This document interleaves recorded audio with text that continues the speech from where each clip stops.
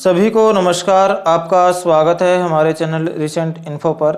जैसा कि आप सभी जानते हैं, हम आपके लिए यहाँ डेली का अपडेट लेकर आते हैं। तो आज का जो हमारा अपडेट रहेगा वो 27 मई और 28 मई का रहेगा। इससे पहले हम 26 मई तक का जो अपडेट है वो देख चुके हैं। यदि आपने भी वीडियोज़ नहीं देखे हैं तो आप हमारी प्लेलिस्ट में जाकर उन वीडियोज़ को देख सकते हैं। और यदि आप कोई और भी वीडियोज़ देखना चाहते हैं तो अलग अलग महीने की अलग अलग प्लेलिस्ट बनी हुई है, उसमें आप जाकर अपना कोई भी महीने की कोई भी दिनांक की आप अपडेट देख सकते हैं। तो चलिए शुरू करते हैं। शुरू करने से पहले यदि आप चैनल पर नए हैं या अभी तक चैनल को सब्सक्राइब नहीं किया है तो चैनल को सब्सक्राइब करके घंटी जरूर दबाएं, ताकि हमारा जो नोटिफिकेशन है, अपडेट है, वो आपको प्राप्त होता रहे और आप हमारे द्वारा दी गई जानकारी से लाभ उठाते रहें। तो सबसे पहले है आपातकालीन चिकित्सा दिवस कब मनाया जाता है। तो आपातकालीन चिकित्सा दिवस जो है वो 27 मई को मनाया जाता है। कब मनाया जाता है? 27 मई को।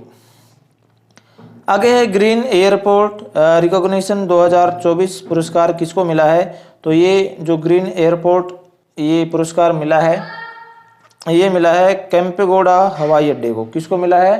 केम्पेगौड़ा एयरपोर्ट को मिला है ये, केम्पेगौड़ा हवाई अड्डे को। आगे कार्बन फाइबर और प्री प्रेक्स केंद्र का उद्घाटन कहाँ पर किया गया है। तो ये किया गया है बेंगलुरु में। बेंगलुरु कहाँ पड़ता है? कर्नाटक में। और उद्घाटन किसने किया है? ये किया है जगदीप धनखड़ ने। जगदीप धनखड़ कौन है? हमारे देश के उपराष्ट्रपति हैं जगदीप धनखड़। आगे चलते हैं। किस राज्य सरकार ने गुटखा और पान मसाले पर 1 साल का प्रतिबंध लगा दिया है। तो किस राज्य सरकार ने लगाया ये 1 साल का प्रतिबंध? ये लगाया है तेलंगाना ने। ठीक है। आगे है हर वर्ष दुनिया भर में विश्व मासिक धर्म स्वच्छता दिवस जो है वो कब मनाया जाता है। तो वर्ल्ड मेंस्ट्रुअल हाइजीन डे जो मनाया जाता है वो मनाया जाता है 28 मई को। कब मनाया जाता है? 28 मई को। आगे विश्व भूख दिवस भी जो है वो भी 28 मई को मनाया जाता है। और इसका थीम क्या है? इसका थीम है थ्राइविंग मदर्स। क्या थीम है? Thriving mothers. आगे चलते हैं। आगे जिनेवा स्थित प्लेस डैश नेशंस में किस योग सत्र कार्यक्रम का आयोजन किया गया। अभी जो 21 तारीख को योग दिवस मनाया जाता है, तो उससे पहले जो है ये जिनेवा में है प्लेस डैश नेशंस। तो इसमें योग सत्र का एक कार्यक्रम है, उसका आयोजन किया गया। उसका नाम क्या रखा गया? उसका नाम रखा गया वॉक द टॉक। क्या नाम रखा गया? Walk the talk. आगे एक ही सीजन में 3 बार माउंट एवरेस्ट पर चढ़ने वाली पहली महिला कौन बनी है। तो ये कौन बनी है? पूर्णिमा श्रेष्ठ बनी है। इसने 13 दिनों में 3 बार माउंट एवरेस्ट की चढ़ाई की है। ठीक है। आगे ये नेपाल की है। कहाँ की है? नेपाल की। आगे चलते हैं। लिथुआनिया के राष्ट्रपति के रूप में किसे फिर से चुना गया है। तो लिथुआनिया के राष्ट्रपति के रूप में जो चुना गया है वो गीतानास नौसेदा चुना गया है। इन्होंने राष्ट्रपति चुनाव जीता, फिर से उनको राष्ट्रपति चुना गया। आगे चलते हैं। भारत का पहला क्वांटम डायमंड माइक्रोचिप इमेजर विकसित करने के लिए किन 2 संगठनों ने साझेदारी की है। तो किन संगठनों ने साझेदारी की है? ये की है TCS ने और IIT बॉम्बे ने।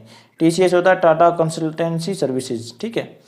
आगे है 77वीं विश्व स्वास्थ्य सभा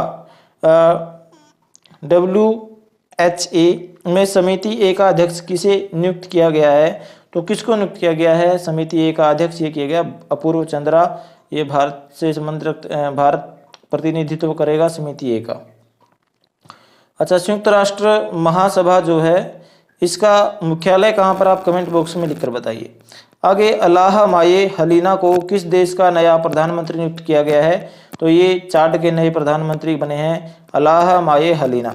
आगे इंडियन प्रीमियर लीग IPL 2024 में मोस्ट वैल्यूएबल प्लेयर कौन बने हैं। तो ये मोस्ट वैल्यूएबल प्लेयर जो बने वो सुनील नरेन बने हैं। और ये भी आपको पता है कि ऑरेंज कैप जो है कोहली को मिली है। और जो ये IPL की चैंपियन रही अब की बार KKR रही है, कोलकाता नाइट राइडर्स। तीसरी बार इन्होंने अपनी ट्रॉफी जीती, तीसरी बार अपने नाम किया है IPL। और इसके जो कप्तान है गौतम गंभीर हैं और इसके जो मालिक हैं KKR के वो शाहरुख खान और जूही चावला हैं।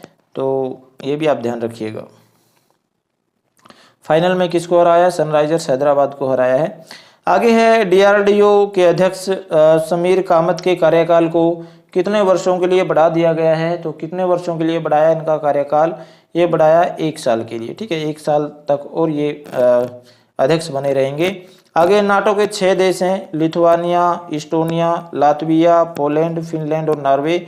ये जो 6 नाटो देश हैं, इन्होंने किस देश के खिलाफ ड्रोन दीवार बनाने का निश्चय किया है, तो किस देश के खिलाफ किया है, ये किया है रूस के खिलाफ। किसके खिलाफ किया है, रूस के खिलाफ। आपको पता ही है कि रूस और यूक्रेन का युद्ध चल रहा है, 2 साल से भी ज़्यादा का समय हो गया, और नाटो देश चाहता है कि रूस झुक जाए, लेकिन रूस झुकने को तैयार नहीं है। नाटो देश जितने भी मिले हुए हैं सब, तो रूस को झुकाना चाहते हैं, लेकिन रूस भी तैयार नहीं है। दूसरी ओर जो युद्ध चल रहा है वो इजराइल और हमास, फिलिस्तीन वगैरह वगैरह का युद्ध चल रहा है। इजराइल के चारों तरफ जितने मुस्लिम देश हैं सब जो है इजराइल पर हमला कर रहे हैं, लेकिन इजराइल भी पीछे नहीं हट रहा है, वो भी अड़ा हुआ है। तो कई देशों में ये हलचल हो रखी है। अभी ताइवान और चीन के बीच में भी थोड़ा मनमुटाव हो रहा है, तो देखिए क्या होता है आगे। आयुष मंत्रालय ने किसके साथ मिलकर जागरूकता कार्यक्रम आयोजित किया है, तो किसके साथ मिलकर ये कार्यक्रम आयोजित किया है, ये किया है अखिल भारतीय आयुर्वेद संस्थान के साथ। किसके साथ किया है, अखिल भारतीय आयुर्वेद संस्थान के साथ किया है, और AIIA, ठीक है, ये इसका संक्षेप में रूप कह सकते हैं। और एक प्रगति 2024 मिशन भी लॉन्च किया गया है। ये किस बारे में किया गया है, ये प्रगति 2024 जो ये लॉन्च हुआ है, ये आयुर्वेद के भविष्य के बारे में लॉन्च किया है, यानी भारत में आयुर्वेद का क्या भविष्य रहेगा उसके ऊपर ये शुरू किया गया है। आगे गूगल ने भारत के किस ई कॉमर्स कंपनी में 350 मिलियन डॉलर निवेश की घोषणा की है, यानी ये भारतीय कंपनी है ई कॉमर्स, तो ये 350 मिलियन गूगल इसमें निवेश करेगा डॉलर। तो इसका नाम क्या है, इसका नाम है फ्लिपकार्ट। क्या नाम है, फ्लिपकार्ट ई कॉमर्स कंपनी है ये।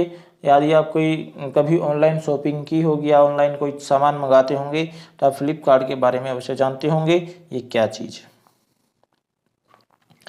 आगे है भारतीय सेना में से किसको 2023 के United Nations military general advocate of the year award के लिए चयनित किया गया है, तो किसको चयनित किया गया है, ये किया गया है राधिका सेन को। किसको, राधिका सेन को, मेजर है ये भारतीय सेना में, तो इनको जो ये United nation military general advocate of the year award जो इनको देने की घोषणा हुई है। आगे है SSC स्टाफ सिलेक्शन कमीशन कर्मचारी चयन आयोग। इसका जो अध्यक्ष है वो किसको बनाया गया है, तो ये बनाया गया है राकेश रंजन को। किसको बनाया गया है, राकेश रंजन को। आगे चलते हैं, भारत ने किस देश में विनाशकारी भूस्खलन के मद्देनजर $1 मिलियन की सहायता राशि देने की घोषणा की है, यानी किस देश को ये सहायता राशि देगी वहाँ की जो अपने संकट से उभरने के लिए। तो ये जो भूस्खलन के कारण वहाँ पर काफ़ी मतलब हलचल हुई है, तो किस देश में हुई है, पापुआ न्यू गिनी में। पापुआ न्यू गिनी में भूस्खलन के कारण काफ़ी प्रभावित हुए हैं लोग, तो उनको थोड़ी सी आर्थिक सहायता देने के लिए जो भारत ने है $1 मिलियन की सहायता उनको देने की घोषणा की है। आगे चलते हैं, किस देश ने अपने राष्ट्रपति के दर्शन पर आधारित AI मॉडल लॉन्च किया है, आर्टिफिशियल इंटेलिजेंस मॉडल लॉन्च किया है, ये किया है चीन ने। ठीक है, चीन ने अपने राष्ट्रपति के दर्शन के आधार पर ये मॉडल लॉन्च किया है। आगे है फ्रेड रोज का निधन हो गया, वे कौन थे, मॉर्चरी से क्वेश्चन आ गया, तो मॉर्चरी से भी क्वेश्चन कई बार पूछ लिए जाते हैं, आप ध्यान रखा कीजिए। तो सब ये जो फ्रेड रोज हैं ये कौन थे, ये कास्टिंग डायरेक्टर थे। कौन थे ये, कास्टिंग डायरेक्टर, इनका निधन हो गया। आगे भगवान श्री परशुराम और श्री यमुना, ये 2 पुस्तकों के नाम है, तो इन 2 पुस्तकों का विमोचन हुआ है, तो ये किसके द्वारा लिखी हैं ये, इनको पत्रकार हैं ये अश्विनी वर्मा, इन्होंने लिखा है, और इनका जो विमोचन किया वो किसने किया है, शिव प्रताप शुक्ल ने इनका विमोचन किया है। आगे चलते हैं, परमाणु सुरक्षा पर अंतर्राष्ट्रीय सम्मेलन कहाँ आयोजित किया गया, तो परमाणु सुरक्षा पर जो अंतर्राष्ट्रीय सम्मेलन हुआ है वो उसका नाम क्या रखा, आईकॉन्स 2024, तो ये वियना में हुआ। कहाँ पर हुआ, वियना में। आगे चलते हैं, नॉइस ने हाल ही में किस स्टार्टअप का अधिग्रहण किया है, तो किस स्टार्टअप का अधिग्रहण किया है नॉइस ने, ये किया है सोशल बोट का। आगे महिंद्रा फाइनेंस को सेवाओं का विस्तार करने के लिए किसने मंजूरी दे दी है, तो ये जो मंजूरी दी IRDAI ने इसको मंजूरी दे दी है महिंद्रा फाइनेंस को कि अपनी सेवाओं का ये विस्तार कर सकती है। आगे, किस बैंक ने खुद को प्रोटीनी गांव टेक्नोलॉजीज से बाहर कर लिया है? तो निजी क्षेत्र का बैंक है। किस बैंक ने किया ये HDFC बैंक ने किया। किसने? HDFC बैंक ने। आगे, किस देश ने स्वच्छ हाइड्रोजन बिजली उत्पादन के लिए दुनिया की पहली नीलामी की शुरुआत की है? तो ये की है दक्षिण कोरिया ने। किस कारण से की है? ये की है स्वच्छ हाइड्रोजन बिजली को पैदा करने के लिए। आगे है किसने बुधवार मतदान प्रतिशत के खुलासे पर ECI election commission of India को निर्देश देने से इनकार कर दिया है? तो ये किसने किया है? ये किया है सुप्रीम कोर्ट ने। इसने सुप्रीम कोर्ट ने कहा कि भाई हम ये हस्तक्षेप नहीं कर सकते, जो बुधवार मतदान प्रतिशत कितना हुआ है ये हम नहीं आदेश कर सकते इसको इलेक्शन कमीशन को। तो ये सुप्रीम कोर्ट ने ऐसा करने से मना कर दिया। आगे, किस राज्य की एक महिला को लंदन में अमल क्लूनी महिला सशक्तिकरण पुरस्कार से सम्मानित किया है? तो किस राज्य की है ये? उत्तर प्रदेश राज्य की महिला है। अभी इनका नाम ध्यान नहीं है, तो इनका नाम हम आगे की वीडियो में बता देंगे यदि पता चलेगा तो। आगे चलते हैं। IUS ने नवाचार और अनुसंधान को बढ़ावा देने के लिए किसके साथ एक MOU पर हस्ताक्षर किए हैं? तो किसके साथ किए हैं? ये APIIP के साथ किए हैं। तो आज की वीडियो में इतना ही। मुझे आशा है कि आपको वीडियो पसंद आया होगा।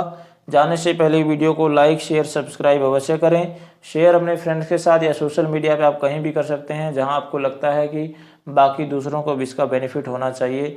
और सब्सक्राइब तो ज़रूर करें। सब्सक्राइब करने के बाद घंटी दबाएं। घंटी दबाने से होगा कि हम आगे जो कोई भी अब वीडियो अपलोड करेंगे या कोई अपडेट देंगे तो उसका आपको नोटिफिकेशन मिलेगा और आप टाइम से अपडेटेड रहेंगे।